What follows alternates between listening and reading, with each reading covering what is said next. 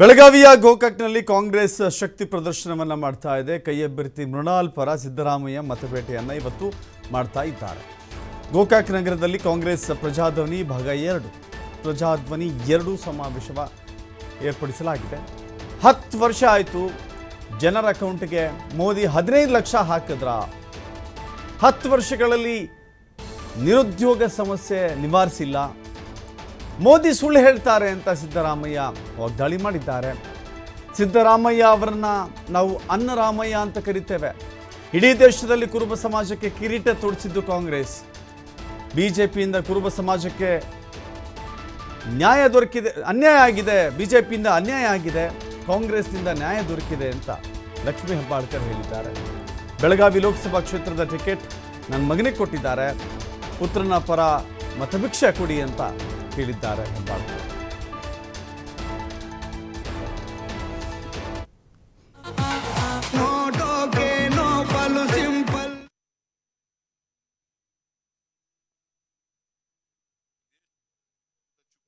ಹಿಡಿದು 10 ವರ್ಷಗಳಾಯ್ತು. 10 ವರ್ಷಗಳು. ಈ 10 ವರ್ಷಗಳಲ್ಲಿ ನರೇಂದ್ರ ಮೋದಿಯವರು ದೇಶದ ಭವಿಷ್ಯವನ್ನ ಬದಲಾವಣೆ ಮಾಡಲಿಕ್ಕೆ ಏನಾದ್ರು ಪ್ರಯತ್ನವನ್ನ ಮಾಡಿದ್ರ? ಹೋಗ್ಲಿ, ನುಡಿದಂತೆ ನಡೆದಿದ್ದಾರಾ? ಅವರು 2014ರಲ್ಲಿ ಏನೆಲ್ಲ ಈ ದೇಶದ ಜನರಿಗೆ ಭರವಸೆಗಳನ್ನು ಕೊಟ್ಟಿದ್ರು, ಆ ಭರವಸೆಗಳನ್ನು ಈಡೇರಿಸತಕ್ಕಂತ ಪ್ರಯತ್ನ ಮಾಡಿದ್ದಾರಾ? ಅಥವಾ ಎಲ್ಲ ಭರವಸೆಗಳು ಕೂಡ ಭರವಸೆಗಳಾಗಿ ಉಳಿದಿದ್ದಾವ? ಈ ದೇಶದ ಜನರಿಗೆ ಸುಳ್ಳು ಹೇಳ್ತಕ್ಕಂಥ ಕೆಲಸವನ್ನ ನರೇಂದ್ರ ಮೋದಿಯವರು ಮಾಡಿದ್ದಾರಾ ಅಂತಕ್ಕಂಥದ್ದನ್ನ ತಾವೆಲ್ಲರೂ ಕೂಡ ಪರಿಶೀಲನೆಯನ್ನ ಮಾಡಬೇಕು ಅಂತೇಳಿ ನಿಮ್ಮಲ್ಲಿ ಅತ್ಯಂತ ಕಳಕಳಿಯಿಂದ ಮನವಿಯನ್ನ ಮಾಡಲಿಕ್ಕೆ ಬಯಸ್ತಾ ಇದ್ದೇನೆ. ನರೇಂದ್ರ ಮೋದಿಯವರು ಈ ದೇಶಕ್ಕೆ 2014ರಲ್ಲಿ ಪ್ರಧಾನಮಂತ್ರಿ ಆದರು. ಅಲ್ಲಿವರೆಗೆ 10 ವರ್ಷಗಳ ಕಾಲ ಮನಮೋಹನ್ ಸಿಂಗ್ ರವರು ಪ್ರಧಾನಮಂತ್ರಿ ಆಗಿದ್ರು. ಮನಮೋಹನ್ ಸಿಂಗ್ ರವರು ಪ್ರಧಾನಮಂತ್ರಿ ಆಗಿರುವಾಗ ಅನೇಕ ದೇಶದ ಮೂಲಭೂತ ಸಮಸ್ಯೆಗಳನ್ನು ಬಗೆಹರಿಸಲಿಕ್ಕೆ ಪ್ರಾಮಾಣಿಕ ಪ್ರಯತ್ನವನ್ನ ಮಾಡಿದ್ರು. ಇವತ್ತು ಫುಡ್ ಸೆಕ್ಯೂರಿಟಿ ಆಕ್ಟ್ ಅನ್ನ ಜಾರಿಗೆ ತಗೊಂಡ್ಬಂದವರು ಮನಮೋಹನ್ ಸಿಂಗ್ ರವರು.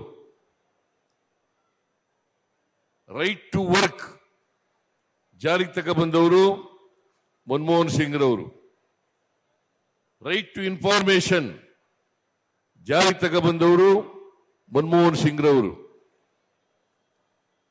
ರೈಟ್ ಟು ಎಜುಕೇಶನ್ ಜಾರಿಗೆ ತಗೊಂಡ್ಬಂದವರು ಮನಮೋಹನ್ ಸಿಂಗ್ ರವರು. ಇವೆಲ್ಲವೂ ಕೂಡ ಸಾಮಾನ್ಯ ಜನರ ಮತದಾರರ ಸಮಸ್ಯೆಗಳನ್ನು ಬಗೆಹರಿಸಲಿಕ್ಕೆ ಮಾಡಿದಂತ ಕಾನೂನುಗಳು ಅಂತಕ್ಕಂಥದನ್ನು ತಾವೆಲ್ಲರೂ ಕೂಡ ಅರ್ಥ ಮಾಡ್ಕೋಬೇಕಾಗ್ತದೆ.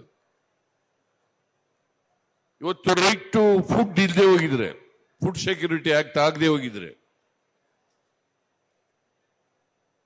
ನಾವು ಬಡವರಿಗೆ ಉಚಿತವಾಗಿ ಅಕ್ಕಿ ಕೊಡ್ಲಿಕ್ಕೆ ಸಾಧ್ಯ ಆಗ್ತಾ ಇರಲಿಲ್ಲ.